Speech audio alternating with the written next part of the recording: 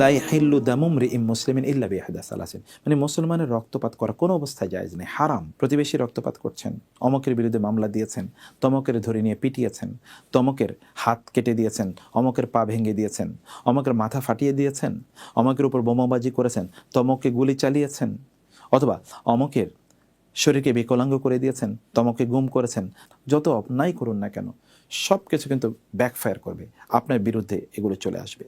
কারণ আপনি তো কোনো মুসলমান রক্তপাত করে তো আপনার জন্য জায়েজই নেই, যদি না তিনটি অপরাধের কোনো একটি অপরাধ করে। আবার সে অপরাধ করলেও আপনি আসলে কেউ নয়েন, এটার শাস্তি দেবে হচ্ছে একটা সিস্টেম।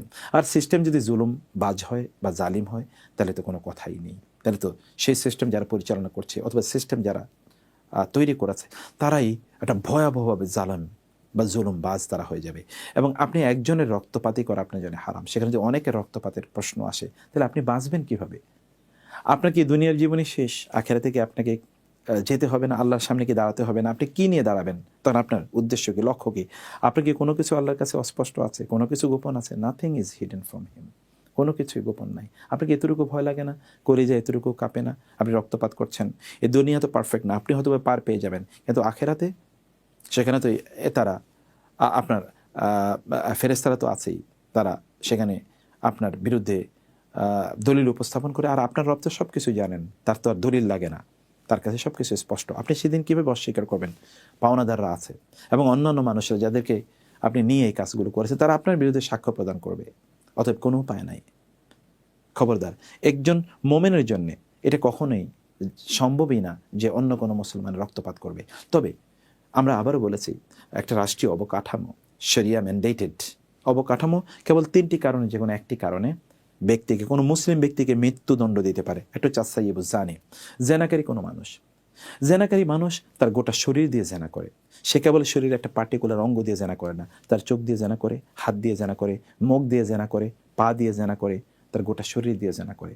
এর আগে জেনা, এর অ্যাকচুয়াল কাজটা করার আগে তার গোটা শরীর জেনার জন্য উদ্বুদ্ধ হয়ে যায়, জেনার অনুরণন ঘটে। এই জন্য গোটা শরীরকে পাথর দিয়ে তাকে রক্তাক্ত করতে হয়। এটি সবচেয়ে মানবিক শাস্তি, কারণ একজন জেনাখোর গোটা সমাজকে ধ্বংস করে দিয়েছে। সমাজের যে স্ট্রাকচার ছিল, যে ব্যালেন্স ছিল, যে সৌন্দর্য ছিল, এটাকে একেবারে ধূলিসাৎ করে দিয়েছে। জেনার মাধ্যমে সে মুসলিম নারীদের সম্ভ্রমকে, ইজ্জতকে নষ্ট করেছে।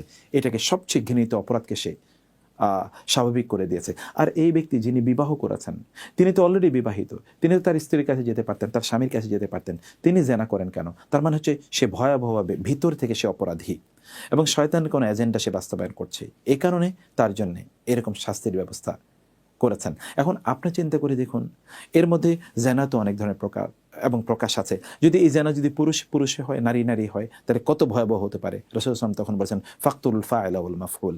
যদি পুরুষ এবং নারী পরস্পর, মানে নারী পুরুষ, এটা জেনা। আর যদি পুরুষ পুরুষ হয় বা নারী নারী হয় তাহলে তো এটা সমকামিতা। যদি এটা হয় তাহলে তাদেরকে হত্যা করার কথা বলা হয়েছে, বরং অন্য হাদিসে তাদেরকে পুড়িয়ে দেওয়ার জন্য। অথচ আমরা দেখুন আমাদের মতো দেশগুলোতেও এগুলোকে কিন্তু প্রমোট করা হচ্ছে বিভিন্নভাবে, সংস্কৃতির নামে, কালচারের নামে, সিনেমার নামে, থিয়েটারের নামে, অথবা গল্পের নামে, উপন্যাসের নামে। এগুলো করছে কারা? মুসলিমরাই করছে। আবার মুসলিমদের টাকা দিয়ে এগুলো প্রচার করা হচ্ছে বিভিন্ন চ্যানেলগুলোতে। আবার মুসলিমরাই সেই চ্যানেলগুলো চালায় যে চ্যানেলগুলোতে এগুলো প্রদর্শিত হচ্ছে। আবার মুসলিমদের সন্তানরাই কিন্তু বুদ্ধ হচ্ছে, অনুপ্রাণিত হচ্ছে।